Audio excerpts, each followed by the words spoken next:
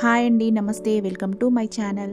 ఈరోజు ఎంతో టేస్టీ అయిన అప్పటికప్పుడు సింపుల్గా ప్రిపేర్ చేసుకునే దోసకాయ నిల్వ పచ్చడి ప్రిపరేషన్ చూద్దామండి. ఇది చిన్న చిన్న ఫంక్షన్స్ ఉన్నప్పుడు సింపుల్గా తొందరగా చేసుకోవడానికి చాలా బాగుంటుందండి. ఇక్కడ ముందుగా నేను ఈ పచ్చడి కోసం పోపు పెట్టుకుంటున్నానండి. దీనికోసం నేను ఒక 6 స్పూన్స్ ఆయిల్ తీసుకున్నాను. ఆయిల్ హీట్ అయ్యాక దీంట్లో ఒక 1 స్పూన్ ఆవాలు, 1 స్పూన్ జీలకర్ర, ఒక 3 ఎండుమిర్చి,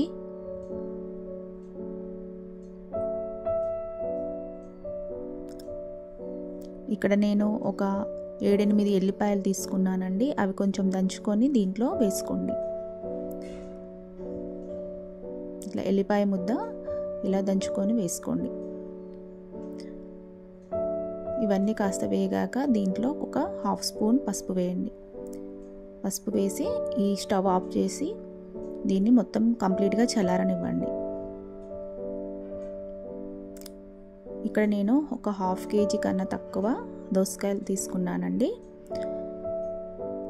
ఈ దోసకాయ చెక్కు తీసి శుభ్రంగా తుడుచుకోండి, తడి లేకుండా తుడుచుకోవాలండి. ఇలా కట్ చేసుకొని దీని లోపల ఉన్న సీడ్స్ అన్ని తీసేయండి.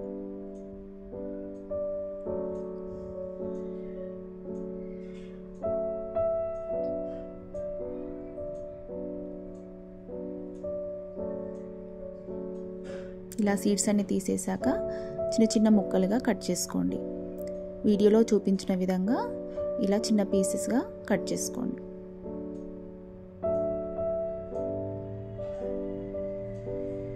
చూడండి, ఈ సైజులో పీసెస్ కట్ చేసుకోండి. ఇప్పుడు వీటిని ఒక బౌల్లోకి తీసుకోండి.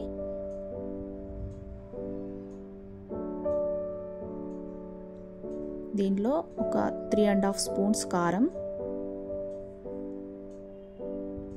3.5 స్పూన్స్ ఆర్ 4 స్పూన్స్ కారం,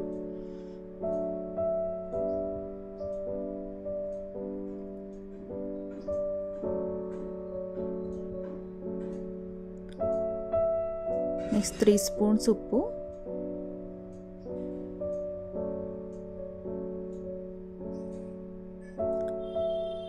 అవసరమైతే మళ్ళీ రుచికి తగినట్టుగా తర్వాత చూసుకొని వేసుకోవచ్చండి.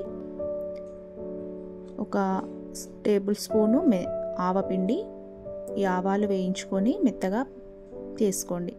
1/2 స్పూన్ మెంతి పొడి,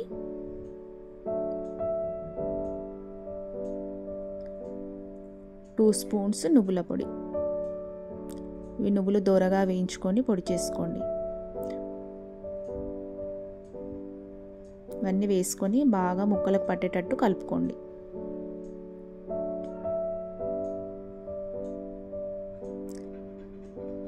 ఇప్పుడు దీంట్లో ఒక 10 ఎల్లిపాయలు దంచకుండా వేసుకోండి.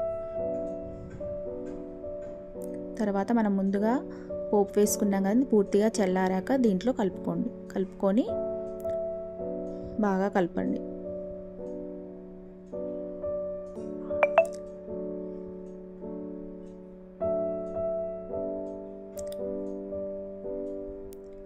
ఇలా మొత్తం కలిపాక ఒక 2 డేస్ వరకు దీన్ని పక్కన పెట్టుకోండి. 2 డేస్ అయ్యాక ముక్కలు బాగా మెత్తపడి మనకు ఇలా ఉంటుందండి.